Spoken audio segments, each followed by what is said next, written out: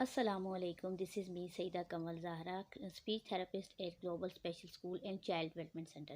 Today, I am going to talk about the clear picture of autism recovery. This video will help you to understand your child and make his life better. तो अब देखना ये है कि जो autism है इसमें recovery किस तरह से पॉसिबल है। तो इसके लिए सबसे पहले हमें ऑटिज़म को समझने की ज़रूरत है। अब हमें देखना ये है कि क्या फैक्ट्स एंड फिगर्स हैं और उसके अलावा ऑटिज़म है क्या। क्या ये कोई डिज़ीज़ है, या ये क्योरेबल है, या फिर ये कोई कंडीशन है, मैनेजेबल है। तो यहाँ पे इस वीडियो के अंदर आज आपको उन सारे सवालात के जवाब मिल जाएंगे। ऑटिज़म जो है, जब आप किसी बच्चे को डॉक्टर के पास लेके जाते हैं और उसे ऑटिज़म डायग्नोज हो जाता है, तो फिर उसके बाद आपने ये देखना है कि अब क्योंकि ये कोई डिज़ीज़ तो है नहीं कि जो मेडिकेशंस के थ्रू क्योरेबल हो सकेगी। जब आपको अपने बच्चे के अंदर ऑटिस्टिक सिम्टम्स नज़र आते हैं तो फ़ौरन से अपने थेरेपिस्ट से, अपने साइकोलॉजिस्ट से, अपने डॉक्टर से रजू करें। और जब आपको प्रॉपर डायग्नोसिस मिल जाता है तो उसके बाद अपने टाइम को ज़ाया किए बगैर बच्चे को थेरेपी की तरफ लेकर आएँ। ऑटिज़म के साथ जो बच्चा इस दुनिया में आया है उसे बहुत सारी डिफ़िकल्टीज़ का सामना करना पड़ता है। ये बिल्कुल ऐसा ही है कि जैसे एक पौधा जो है वो अपनी रूट्स के बगैर ग्रो नहीं कर सकता, इसी तरह ये एक ऑटिस्टिक बच्चा अपनी फैमिली सपोर्ट के बगैर सरवाइव नहीं कर सकता। तो इसके लिए सबसे ज़्यादा जो है इसके पेरेंट्स को पेन लेने की ज़रूरत होती है। उन्हें ये अंडरस्टैंड करने की ज़रूरत होती है कि ये बच्चा एक डिफरेंटली वाइड ब्रेन के साथ, एक डिफरेंट माइंड केमिस्ट्री के साथ इस दुनिया में आया है। तो इसके लिए सबसे पहले जो है इस चीज़ को एक्सेप्ट करना पेरेंट्स के लिए बहुत ज़रूरी है, क्योंकि बहुत सारी जगहों पे ऐसा होता है कि पेरेंट्स इस चीज़ को एक्सेप्ट ही नहीं कर पा रहे होते कि इनके घर में एक ऑटिस्टिक बच्चा पैदा हो गया है। तो बिलीव यू मी कि अगर आप एक्सेप्ट कर लेंगे देन आप एक क्लियर माइंडसेट के साथ अपने बच्चे पे काम कर सकेंगे। तो अब देखना ये है कि आप बच्चे के किन एरियाज़ पे काम कर सकते हैं। तो उसमें सबसे पहली चीज़ आ जाती है कि आप बच्चे के आई कांटेक्ट पे काम करें, आप बच्चे के साथ एक क्वालिटी टाइम स्पेंड करें।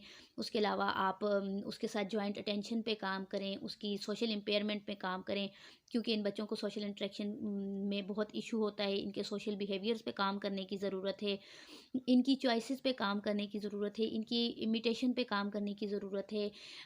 उसके अलावा इनकी फाइन मोटर स्किल्स पे, ग्रास मोटर स्किल्स पे, इनकी स्पीच पे, इन सारे एरियाज़ पे आपको वन बाय वन जो है वो काम करने की ज़रूरत पड़ती है। यहाँ पे मैं पेरेंट्स को ये सजेस्ट करूँगी कि बीइंग अ पेरेंट आप बच्चे के साथ उसकी लिमिटेशन को समझते हुए बिना हक जताए बीइंग अ सपोर्टिव पेरेंट उसके साथ काम करें। बच्चे के पर्सपेक्टिव को समझें, उसकी डिफ़िकल्टीज़ को अंडरस्टैंड करते हुए उस पे काम करें, क्योंकि ये बच्चे अपनी नीड्स को एक्सप्रेस नहीं कर पाते। इनको इनको एक प्रॉपर मेथड नहीं आ रहा होता, इनके इनके पास एक प्रॉपर वे नहीं होता कि जिसके थ्रू ये अपनी नीड्स को एक्सप्रेस कर सकें।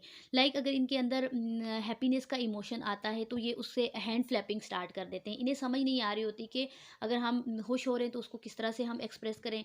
जब ये इरिटेट होते हैं तो उसमें भी उसके अल्टरनेटिव पे भी ये बिहेवियर शो कर रहे होते हैं। कभी हमें इनकी क्राइंग मिल रही होती है, कभी ये एग्रेसिव हो रहे होते हैं, ज़मीन पे लेट रहे होते हैं, बाइटिंग के बिहेवियर्स आ रहे होते हैं, डिफरेंट रेपिटेटिव ऑड बिहेवियर्स आ रहे होते हैं। तो यहाँ पे पेरेंट्स को जो है इन बच्चों की लिमिटेशंस को समझते हुए इनके साथ काम करने की ज़रूरत है।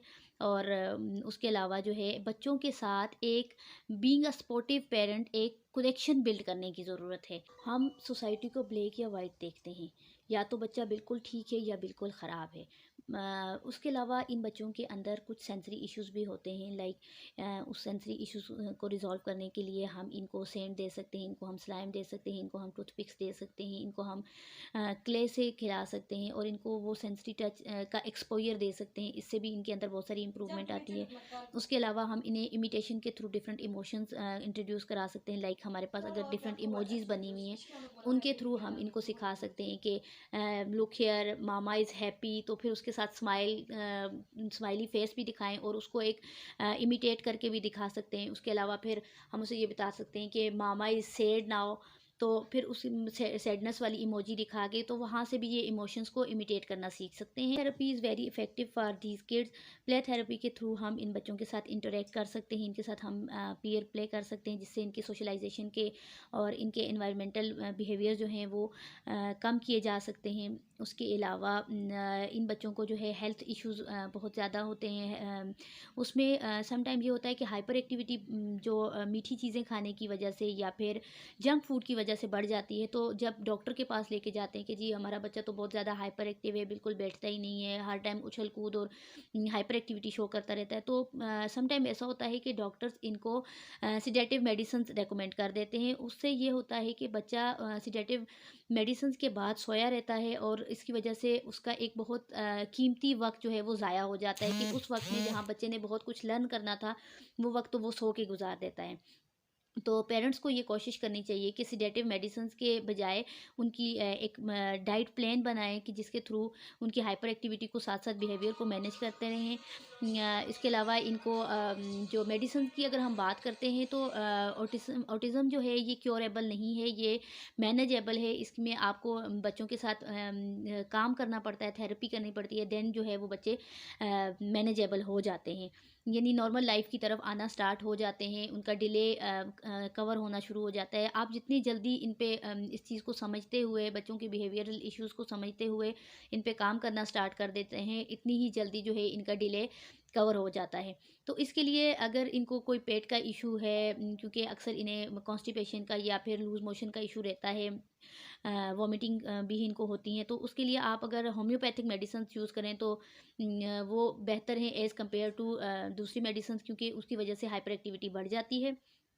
आप अपने बच्चों के फंक्शनल लेवल के अकॉर्डिंगली इन्हें सपोर्ट करें, इन पे काम करें। स्टार्टिंग में आप प्रॉम्प्टिंग के ज़रिए इन्हें सिखाएं, फिर आहिस्ता आहिस्ता उस प्रॉम्प्ट को फेड करते हुए बच्चों को इंडिपेंडेंस की तरफ लाएं। इंटेंसिव ट्रीटमेंट की ज़रूरत होती है ऑटिज़म को डील करने के लिए। एक लॉन्ग लाइफ टाइम आपको चाहिए होता है, डिपेंड करता है वो बच्चे की कंडीशन पे, बच्चे की लेवल ऑफ सिवियरिटी पे, कि एक बच्चे को कितने अरसे तक के लिए थेरेपी चाहिए होगी। तो उसके बाद जो है उस बच्चे के अंदर एक खातर ख्वाह चेंज नज़र आता है। एक इंटेंसिव ट्रीटमेंट की ज़रूरत होती है ऑटिज़म को समझने के लिए। आई होप ये वीडियो आपको हेल्प करेगा।